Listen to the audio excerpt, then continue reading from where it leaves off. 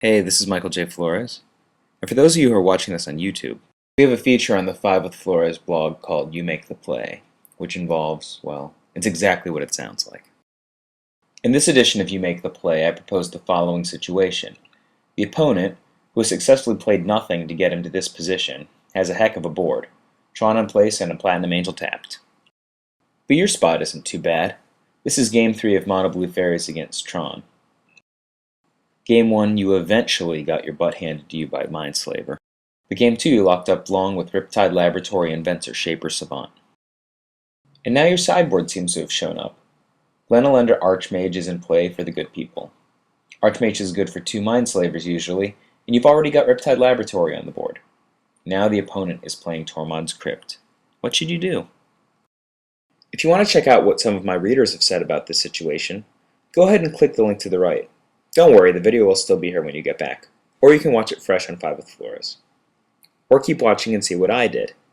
You will probably be horrified, but the game turned out pretty cool anyway. 3 lands and 4 counterspells, perfectly keepable against a control deck. Draw go. Draw go. His first move is a Simic Signet. That deserves an annul. Next we draw, play, and taunt him with an Academy Ruins. He needs to snuff that before he can go off with Mindslaver. There's his answer already, Ghost Quarter. So like clockwork, he's got the answer with Ghost Quarter, full-on Tron, and 1 out of threat too. There's Platinum Angel.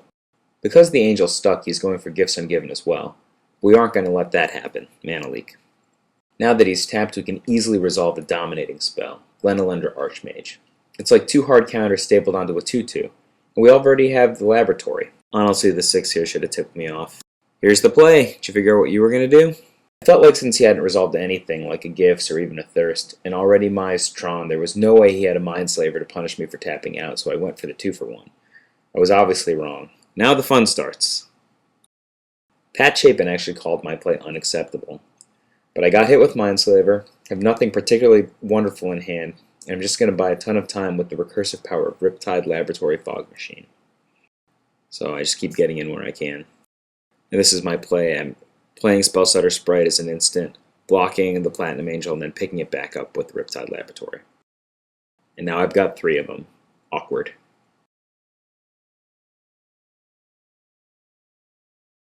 Here's another block and bounce. I'm going to go for a couple of Gifts Ungiven in a second.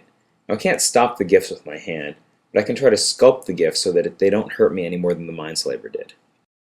I have to bury Chalice of the Void to keep my sprites blocking, and I'm trying to keep him from the green that he needs to play Life from the Loam to set up Academy Ruins.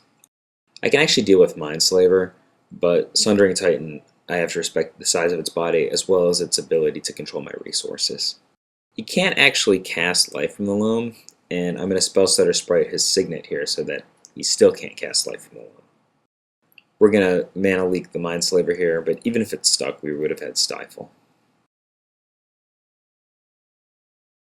And for another couple points, Breeding Pool, that's no fun. Finally he can play Life from the Loam. We've got the Sprite, but he surprisingly has Trick Bind. Riptide Laboratory is there, as usual, to help us out.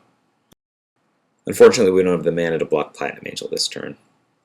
Now we're actually devoting a ton of mana to pick up Platinum Angel with Repeal, because we're going to try to get lethal damage in, and all is in our hand to keep her from hitting the board next turn. And that is a pretty awesome rip. You know, I think we only played with 2 of that card. In for 2, followed by Glenelender Archmage. Platinum Angel tries to come down to stop the bleeding, but we've got the card for that. Fairly irrelevant Ghost Quarter.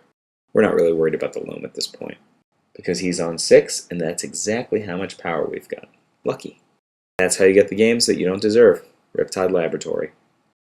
So I hope you liked the video.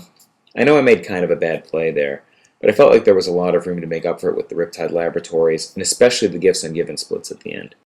I'm going to post a companion piece to this video, going over some of the different plays that we could have made, and addressing reader feedback on the You Make the Play. If you want to participate in that discussion, or just lurk, go ahead and click the link to the right. It will take you to 5withflores.com. As always, I hope you liked the video. If the idea of missing quality content like this, or the next one, is horrifying to you, click the subscribe button to the right and YouTube will do the rest. This has been Michael J. Flores for 5 with Flores.